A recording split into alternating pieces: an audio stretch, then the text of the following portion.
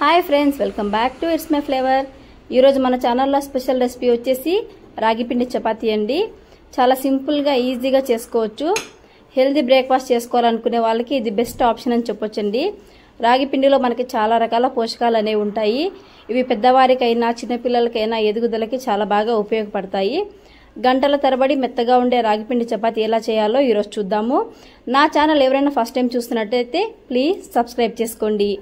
ముందుగా రాగిపిండి చపాతీ చేయడానికి స్టవ్ ఆన్ చేసుకొని కడాయి పెట్టుకుందాము. కడాయిలోకి 1 కప్పు వాటర్ యాడ్ చేసుకుందాం.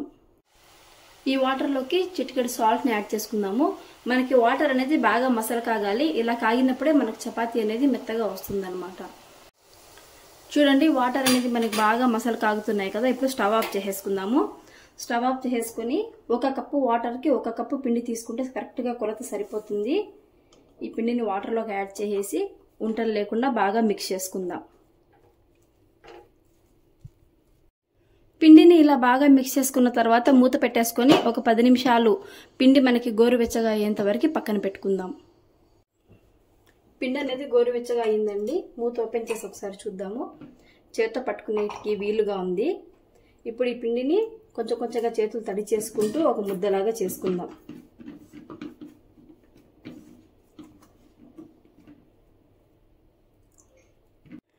పిండిని ఇలా ఒక ముద్దలాగా చేసుకున్న తర్వాత పిండిని బాగా నీట్ చేసుకోవాలండి. చేతికి కొంచెం తడి పెట్టుకొని పిండిని ఎంత బాగా నీట్ చేసుకుంటే మనకి చపాతీలు అనేవి అంత మెత్తగా వస్తాయి.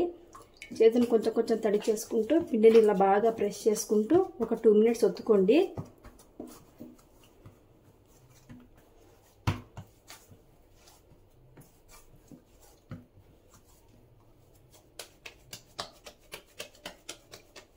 చూడండి, మనకి చపాతీ ముద్ద అనేది ఎంత బాగా వచ్చిందో.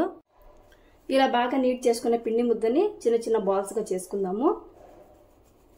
ఈ చిన్న చిన్న బాల్స్ మనకు క్రాక్స్ లేకుండా నీట్గా రౌండ్గా రావాలండి. ఇలా రౌండ్గా బాల్స్ చేసుకోవాలి.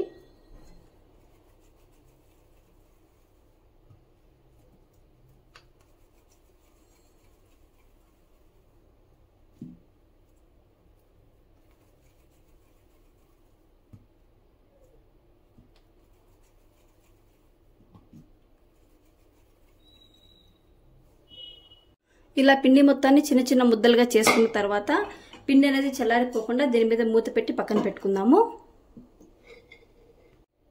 పిండి ముద్దల్లోంచి ఒక్కొక్క ముద్దను తీసుకొని కింద పొడి పిండిని వేసుకోవాలి. పొడి పిండిని వేసుకొని ఈ రాగి పిండి ముద్దని చపాతీ లాగా ఒత్తుకోవాలి. చపాతీ పిండి ఒత్తినంత గట్టిగా ఒత్తాల్సిన అవసరం లేదండి. మనకి రాగి పిండి అనేది చాలా మెత్తగా ఉంటుంది. నిదానంగా తిప్పుకుంటూ చిన్నగా ఇలా ప్రెస్ చేసుకుంటే మనకు రొట్టె అనేది బాగా వస్తుంది.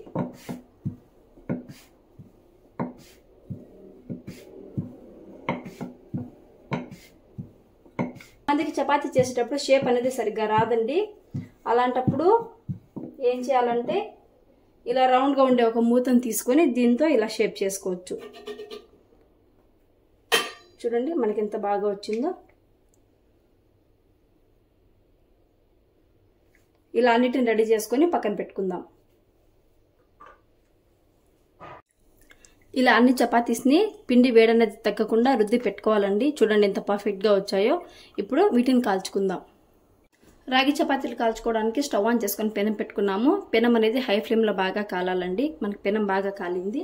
ఇప్పుడు చపాతీని తీసుకొని దీని మీద ఉండే పొడి పిండిని ఇలా బాగా డస్ట్ చేసుకొని స్టవ్ మీద వేసుకుందాం.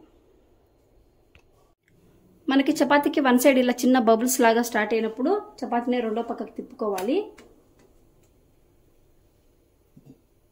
చపాతీ పైన కొంచెం ఆయిల్ యాడ్ చేసుకుందాం. ఆయిల్ అయినా వేసుకోవచ్చు, నెయ్యి అయినా కూడా వేసుకోవచ్చు అండి. పిల్లలకైతే నెయ్యి పెట్టి పెడితే చాలా బాగుంటుంది.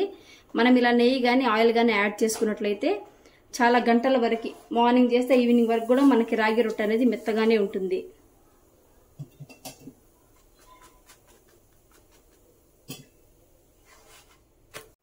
రెండు పక్కల చపాతీ అనేది బాగా కాలిందండి. ఇప్పుడు దీన్ని ప్లేట్లోకి సర్వ్ చేసుకుందాం.